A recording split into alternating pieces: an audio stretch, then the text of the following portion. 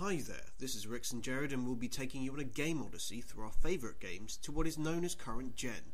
We hope that you'll stick around for all the WTF moments, the arguments, and mostly the drinking copious amounts of alcohol while we do this. So why don't you grab a seat, grab a drink, and see which side you weigh in on with this episode of Insert Game Here.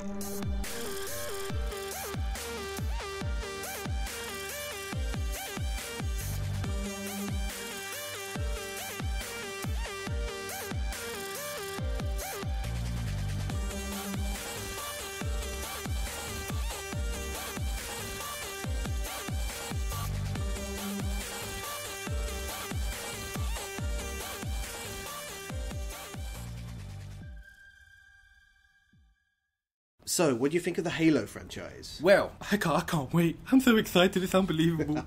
Yes, it's exciting times. Exciting times. Well, 343 Industries now have the mantle, and they've by far taken a good leap of faith with their programmers and their digital geniuses.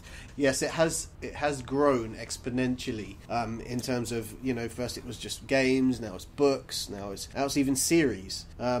So yeah, it's evolved. It's evolved a lot from its early stages when it was first released. Yeah, so Bungie done a great job with the Halo franchise until it got to Halo 3, and then it didn't want to do anymore, so it gave the mantle on to 343, which was specially created to do the Halo franchises. So Halo 5 is coming out very soon, and I'm getting excited. I haven't seen much in the way of what's going to be happening, what's going to be going on in the new episode of Halo. I do know that the Master Chief is going on a wander after losing his Guardian. Yeah. So I don't know if it's going to be... It better be better than the fourth one, I'm sure it will be. It has to be. All these fans are out there going, I can't wait. And like I say, I'm a big fan. For the books I've read, I have loved, and I thought they were absolutely amazing. So I can't wait to see what they are going to bring to the table. And with the new teaser trailer that was released with a countdown, it seemed very, very interesting. Yeah, hunt the truth. And with that teaser trailer, it has a bullet saying traitor on it going towards Master Chief's helmet, so it makes you wonder. By what we've seen, it had from the countdown, it's going to be due to be released on Monday, so hopefully we'll get it all at the same time. All the countries will get it, find out what's going on at the same time and be able to look into it. Let's hope that 343 Industries know what they're doing, and it's going to be a global release as opposed to just a regional release. Yes, I agree. Begs the question, have you seen any of the concept art for... I haven't. No, I haven't. I've only seen the trailers. It looks amazing. Had me salivating. Okay. And I couldn't wait. I was so excited, and I was like, oh, bring it out now so I can find out more information. Even though I'm like, this is hard. Yeah, no, I agree with you. It's that same dilemma of you want it to all be new and fresh and surprising when you see it, but at the same time you want to know more about what's going on at the moment. Mm-hmm. But yeah, no, I think this tying in for the release of the Halo series, TV series by Steven Spielberg, as well as the game coming out, is going to be another interesting thing. Oh, thanks. That reminds me. Thanks to you doing a bit of your homework for once. You came across and I've been like hitting myself because I say I'm a fan of Halo, and then I didn't know about Halo Nightfall, and I was like, what? Yeah, and it was directed by Ridley Scott, and I'm like, how did I not know this? That was a complete fluke that I came across. I heard something was being released soon. This is what led me to that, and then I noticed that was released at the end of last year, and I haven't even seen it yet, so I'll be watching that tonight. I know, right? It's horrible, but I'm excited. Oh, I very can't excited. wait. But I've been thinking about it. Bungie, don't get me wrong, have done a brilliant job of the Halo franchise. They brought out Halo 1, and I remember when it used to be me, you, and our other friend, when we used to sit in a group playing Halo on our computers. Oh, yes. I used to have the most shittiest computer, and it just kept crashing all the time. And then I was like, because when Halo first came out on the Xbox, I was like, I'm not gonna play this game. This game doesn't do it for me. I saw one of my friends playing it. I was like, nah, I'm not gonna play this. And then you said buy the game, and I bought the game for the computer, and I was like, from then I was like in love with the game. And then that's when I started reading the books, and then following it as much as I could. Yeah, you became a super because fan. I was late, because by the time I got into it, Halo 3 had already been out. So I had a lot of catching up to it, but once I got into it, I ran. Yeah. But it's an amazing game. Now 434 has it. Yeah. I can't wait to see what they do with it. They've come up with Halo 4, which I personally thought was a brilliant game. Just watching the teaser trailers from Halo 5 and seeing some of the gameplay footage, okay, I might be saying that I've done a bit more research than I have let on, saying that I don't want to do no research. It looked amazing. It looks amazing. I'm like, oh. But they always, whenever they release a Halo game, everything about the game is pristine for that time. So, you know, they've maxed out the engine, the gaming engines. Yeah, but with this gaming engine, they've deconstructed it and reconstructed it to work for Xbox 360. I mean, Halo 4 was designed for Xbox 360 and then ramped up to work with Xbox One. Yeah. This game is now Xbox One. Dude, it's going to be flipping amazing. Okay, for those that haven't experienced Halo or any of its kind so far, how would you describe it if you could describe it briefly for them? Genetically modified super soldiers, initially created to thwart the rebels in outside colonies, but ended up having to go against the Covenant because the Covenant were wiping out planets after planet after planet and crystallizing them.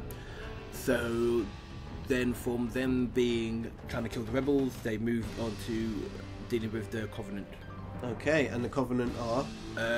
A bunch of allied alien races. These prophets could bring them to enlightenment. No, that's good, man. That was good, especially because you were on the spot there. Yeah, that's brilliant. All right, so hopefully if you haven't experienced Halo, go check it out from the beginning so you get the full storyline. If not, just jump into one of the later games. Oh my god, dude, they got the Master Chief Collection. Yes. That is revamped, re-graphitized, everything. Game porn. It's the full package. Yeah, baby. Okay, the next game is Tom Clancy's The Division. Oh, now, I have seen many gameplay footages of this game. Footages? Yes. So have I. I've seen it. I've seen quite a bit of this. And the gameplay looks amazing. Proper MMO. Yes. It does look awesome. It's a very open world third person shooter, and it's got the survival roleplay game style elements to it, which I think is going to make it very interesting. It's kind of inspired by real world events also. We've got Operation Dark Winter and Directive 5.1, which I'm going to leave for you to look it up.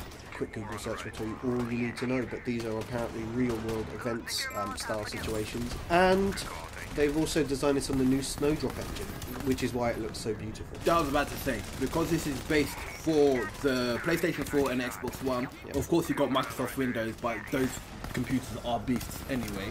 So with the new engine comes better realism, crystal clear graphics, playability. From what I have seen, looks amazing. Oh, it does. The contrast between light and dark, and lights in general being projected within the screen, looks very awesome. It looks like a beautifully immersive concept. Immersive, I agree with you on that one. Yes, and it's very stylized, and it looks very fluid on screen. Obviously I haven't played it yet, but what we have seen so far, it looks very fluid, which is what I like about this. Now, carrying on from that, I was reading the storyline on it. So they based it off of Black Friday, and the pandemic was a disease, and the Division was Homeland Division, so it was called The Division for short, and it was based off of these characters that could go around and try to stop chaos. And I thought that was really good. Now, what I do like is the fact that they are trying to work towards the female side of gamers and get more females on there. So they have more female characters, which I thoroughly love, because you know that from the podcasts I listen to, there are a good portion of female gamers. We need more female gamers. We need that dynamic, and they're really playing towards more gender equality in terms of gameplay in general anyway. Yeah. But it's nice to have the mix of female and male gamers working towards the same end. Yeah, because in reality we have female soldiers, we have female police officers, we have female firefighters, and it's just annoying that in games there wasn't enough actual females that could be, because you know I could want to play as a female for all I know. Exactly, I could get with my feminine side. I'm excited. The whole game is going to be amazing. Again, I'm going to have to get an Xbox One to play this game because I'm still with the Xbox 360, but I do not care. I'm actually quite excited, even though I'm going to have to get a PlayStation 4 to play Uncharted 4 when that comes out. Oh, that's for another episode. Yeah. But what I'm going back to the actual gameplay. gameplay and the look of it. I do like the fact that it's not as intrusive in terms of the old style health displays. Very much like Dead Space. Dead Space? Dead Splice. Holy shit! What have I created? It just feels very immersive, like we've already mentioned. Just watching it, I felt like I was being immersed in it. It was really good, and I mean, because it's MMO, you're thinking it's going to be massive multiplayer online, so the space that we have to play on is not going to be small. So the map is massive. This is one of my key sticking points with games. If the game makes me feel like I don't have to do a set task, I can go out and explore this area. That's what I like. That's what I get a good feeling from game. That's where I can lose myself, and you become that character. I agree, because when Destiny came out, yep, and you have different planets you have to run with, still limited. Yeah, still limited. You still felt that there was a set path. You do this to unlock this. Exactly. This to unlock this. But with this is proper open world. Even though Bungie did say that Destiny wasn't really an MMO, it was an MMO because it had a lot of people playing at once. And this is what this has. And also, you get to play against the AI, you get to play against other players. That's key. With all of this being munched in together,